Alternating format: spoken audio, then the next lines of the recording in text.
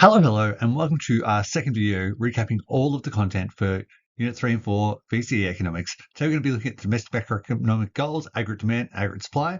Let's jump straight into it. So this topic's in two parts: the nature and purpose of economic activity, and then the domestic macroeconomic goals, the achievement of them, and consequences of not achieving them, and how they're measured. So first up with the nature and purpose of economic activity, we have material and non-material living standards and the difference between them. So really importantly here, material living standards is about the physical or tangible things that improve our quality of life. Now this can be access to goods and services. It can be just anything that improves our wealth. So things like a house, car, etc. These all impact our material living standards. But the best one to talk about is access to goods and services. They've got non-material living standards, which are the non-tangible aspects which impact your quality of life. This can be things like leisure time, even access to goods and services, crime rates, literacy rates, anything that impacts you yourself, like your mental health, that kind of aspect of everything, the pollution, all of those things impact your non-material living standards. So to put it really simply, material living standards increase whenever our incomes or wealth increase. So if unemployment goes down, then material living standards are likely to go up. Non-material living standards tend to increase whenever something improves our non-tangible aspects of life. So if more production leads to more choice in goods and services, you're going to be happier. That's great. Awesome. Nailed it. Lower crime rates would lead to higher feelings of safety. So if everyone goes and puts their machetes in the machete bins, we're all going to have a better non-material living standards.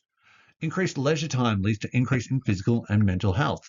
So right now, it's the last day of term 3. People are going to have more leisure time for the next 2 weeks because they're going to procrastinate about studying for exams. That is going to improve their non-material well-being as long as they don't think about the exams and get stressed about the exams. Next up, we've got the 5-sector circular flow model. Now, this is stressful to look at if this is the first time looking at it, but you should be all over this by now. So there's 2 sectors. We've got the household sector and we've got the business sector. And there's things that flow between them. So the first flow is what households give to businesses. Now, households provide resources to businesses. Most people will just say labor. We provide more than just labor. We can provide labor, natural or capital resources, depending. You could rent out a building to a business. That would be a resource to them. But most of the time, just stick with labor. It's simple. Businesses then pay an income to these households. So that could be salary, it could be wages, it could be dividends, it could be interest on loan money, and that goes to households. Then we care about what households do with that money. So it comes over here, and then most of what we do, about 70% of all our spending, goes towards private consumption spending. Our income mainly goes towards that. Most of that private consumption spending. Now, that's not all we do with our income. We could also save our income. Some of it's going to go to tax, like 35% when you're an adult earning money. And then some of it might go to imports. You might buy something nice from overseas because there's more options overseas. We refer to all of these things as leakages. Now, leakages refer to things that are, or money that's either leaving the economy or not being used for current consumption. And that not being used for current consumption is really important because both savings and tax are not leaving the economy. They're just not being used right now. Eventually, you're going to take your savings and you're going to buy something dumb. That's going to be injected back into the economy. But for now, it's not impacting aggregate demand. Then on the other side, we've got this private investment spending. We've got government spending and we've got export spending. This is money coming into the economy from areas that are not households. So private investment spending is businesses spending on plant and equipment. Government spending is the government spending on like infrastructure, etc., and their day-to-day spending like travel, etc. And then export spending is money coming in to buy our goods and services from overseas. We refer to these 3 things as injections because they're money coming into the economy from other areas. And so all of this together ends up equaling aggregate demand, which is aggregate demand equals consumption plus investment plus government spending plus exports minus imports. We take away imports because it's money leaving the economy. We ignore savings and tax because it's not leaving, it's just not being used right now. Now this total amount, this is a dollar figure. Businesses see how much demand there is. And then that is going to send a signal to them to produce. And so that then leads to our final flow, which is the total production of all goods and services, which is our aggregate supply. So that's aggregate supply up here. And that also should be our GDP because businesses are going to produce the exact amount to match demand for the most part. And then that flows through back to households because to produce that, businesses need resources from households. And then the cycle starts again. We also have the nature and causes of the business cycle. So the business cycle is a way of tracking economic activity over time, and it's wave-like cyclical patterns. We have 4 phases of the business cycle. We have when we are tracking up in the business cycle, which we call an expansion. When we have an expansion, we have falling unemployment, rising economic growth, and increasing inflation. So when we're in an expansion, the economy is growing. We have a peak where when we're in a peak, unemployment's at its lowest, economic growth is at its highest, and inflation is really high. Then we move into a contraction. In a contraction, we have rising unemployment, falling economic growth or decreasing rates of economic growth, and easing inflation. And then we get to the very bottom point, which is a trough. And a trough is where we have our highest rates of unemployment, really low or negative rates of economic growth. And if we have negative economic growth for 2 consecutive quarters, we're in a recession.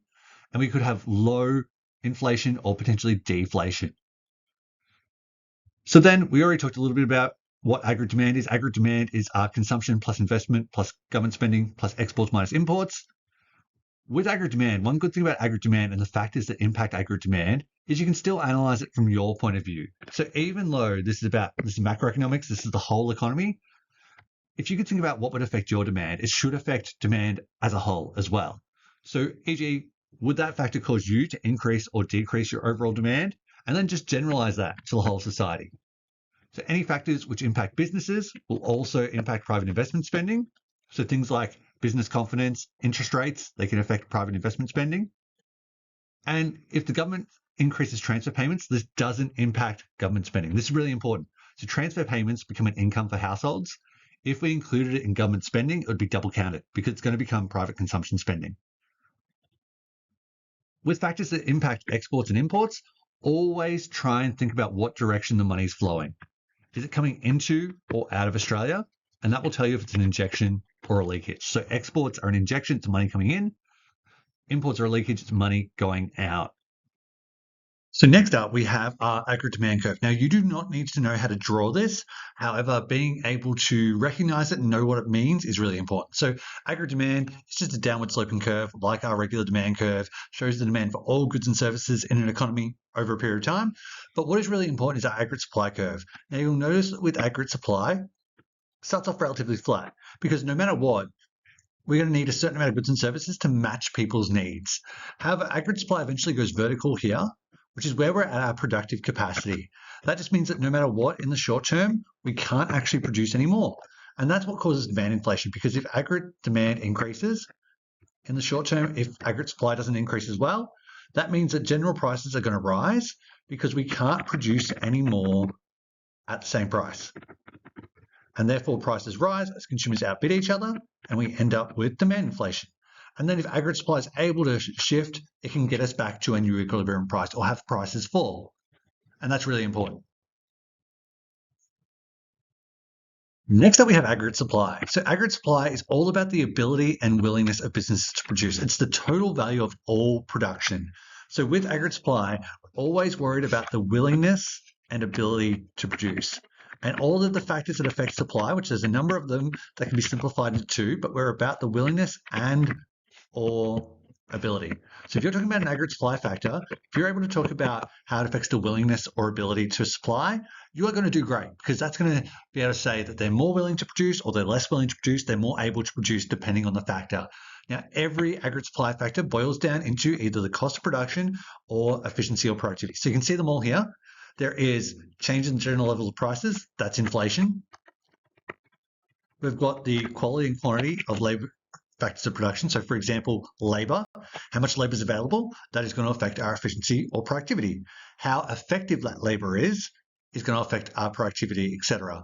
Cost of production gets its own here. Technological change can make us more efficient or lower our cost of production. Productivity growth, how much output are we getting per unit of input? And exchange rates, that's going to affect the cost of imports. And then lastly, climatic conditions, which can damage our aggregate supply, either drive up prices or lower our efficiency.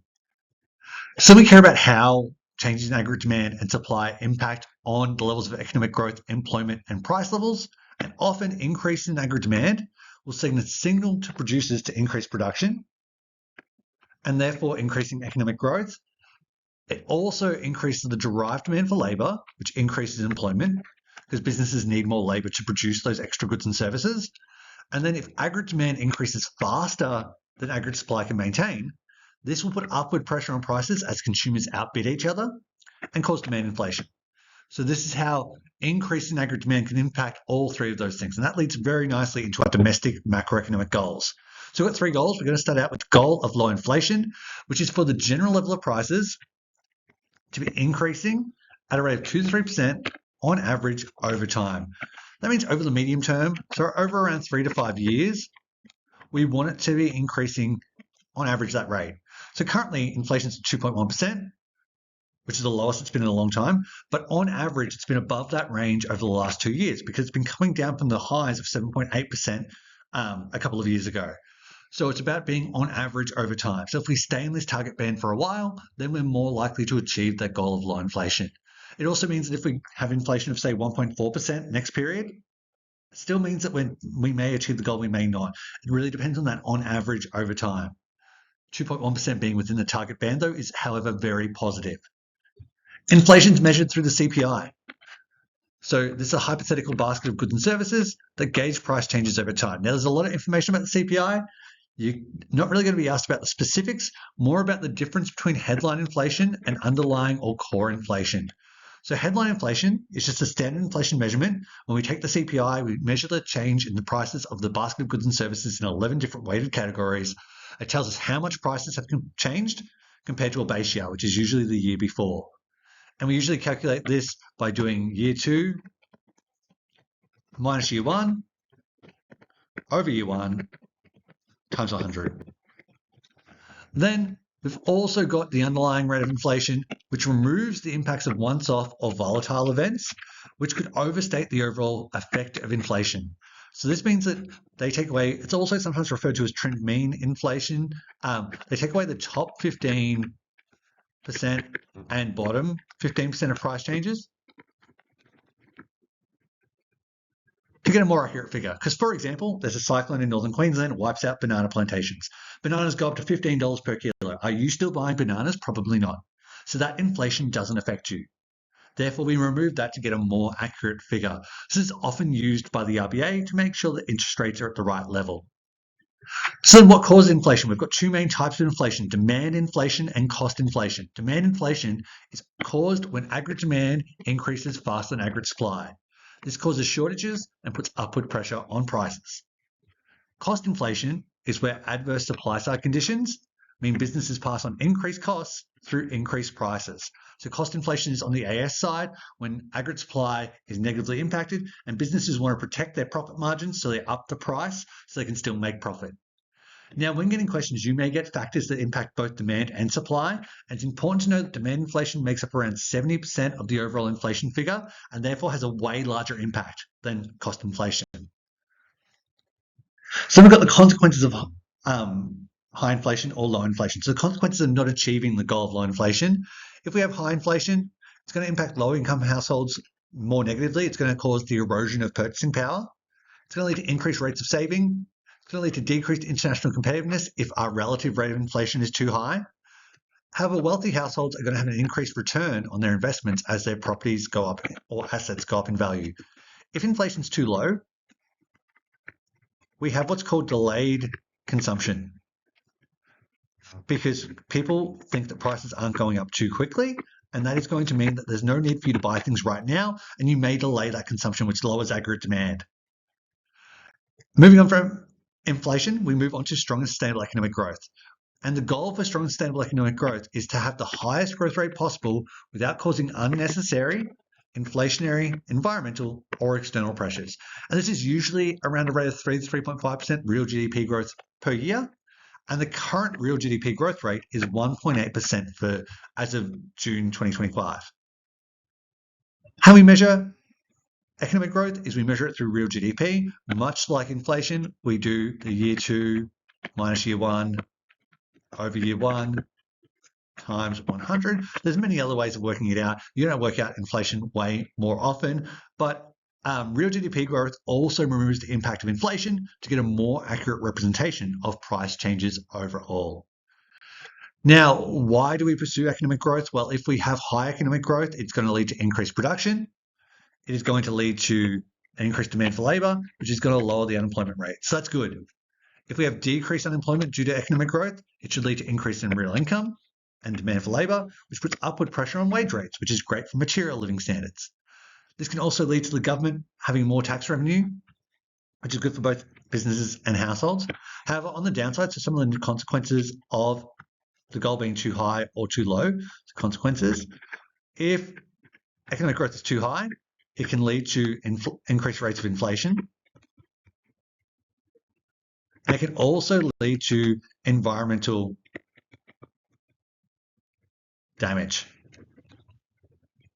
And if economic growth is too low, it can lead to higher unemployment as businesses lay off workers to protect their profit margins.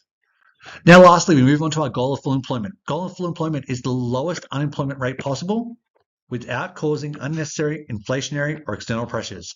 Now, there's no real target range for this, but we often say that where around only 4.5% of natural unemployment exists, which is known as NIRU, which is the non-accelerating inflationary rate of unemployment. What that means is it's just the lowest rate without causing inflation. Now, hypothetically, that number should be lower now because we've had unemployment around the 4% for the last couple of years, and it hasn't been contributing to inflation because inflation has been easing.